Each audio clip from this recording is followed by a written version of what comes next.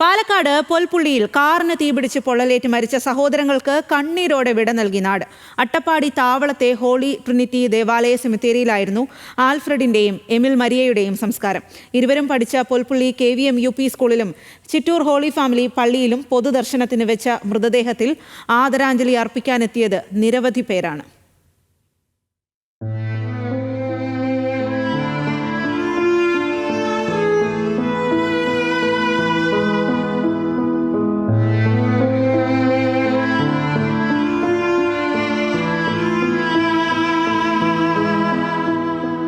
മിടുക്കരായി പഠിച്ചും കളിച്ചും നടന്നിരുന്ന പൊൽപ്പുള്ളി KVM UP സ്കൂളിലേക്ക് ആൽഫ്രഡും എമിൽ മരിയയും എത്തിയത് മിടിപ്പില്ലാത്ത ഹൃദയവുമായാണ്.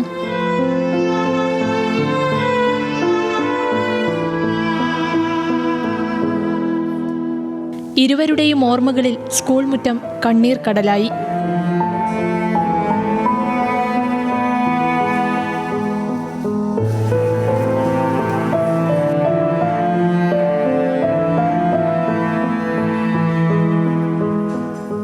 UKGയിലും 1ാം ക്ലാസ്സിലുമാണ് രണ്ടുപേരും പഠിച്ചിരുന്നത്. കൂടെ പഠിക്കുന്ന കുരുന്നുകൾക്ക് എന്താണ് സംഭവിക്കുന്നത് എന്ന് പോലും പൂർണ്ണമായി മനസ്സിലായില്ല. അത്രമേൽ വേദനയുണ്ടാക്കുന്ന എന്തോ ഒന്ന് സംഭവിച്ചുവെന്ന് അവർ എല്ലാവരുടെയും കണ്ണുകളിൽ നിന്ന് വായിച്ചെടുത്തിരിക്കണം.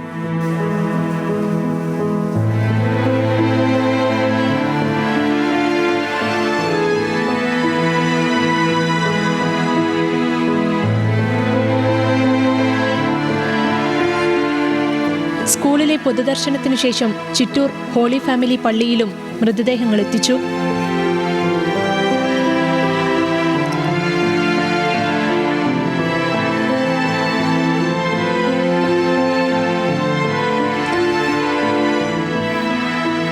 പ്രാർത്ഥനാ ചടങ്ങുകൾക്ക് ശേഷം അമ്മ എൽസിയുടെ അട്ടപ്പാടി താവളത്തെ വീട്ടിലേക്ക് ഭൗതിക ശരീരങ്ങൾ എത്തിച്ചു.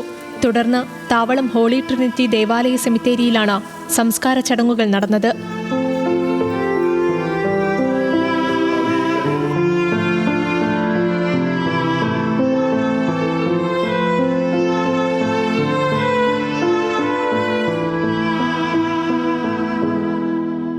കഴിഞ്ഞ വെള്ളിയാഴ്ചയാണ് കാർ സ്റ്റാർട്ട് ചെയ്യുന്നതിനിടെ തീ പടർന്ന് പൊൽപ്പുള്ളി സ്വദേശി എൽസിക്കും 3 മക്കൾക്കും പൊള്ളലേറ്റത്. 4 പേരെയും എറണാകുളത്തെ സ്വകാര്യ ആശുപത്രിയിൽ പ്രവേശിപ്പിച്ചെങ്കിലും ആൽഫ്രഡും എമിൽ മരിയയും ശനിയാഴ്ച മരണത്തിന് കീഴടങ്ങുകയായിരുന്നു. ഇവരുടെ മരണം എൽസിയെ അറിയിച്ചിട്ടില്ല. എൽസിക്ക് ബോധം തെളിഞ്ഞാൽ മരണവിവരം അറിയിക്കാനായാണ് 2 ദിവസം കാത്തിരുന്നത്.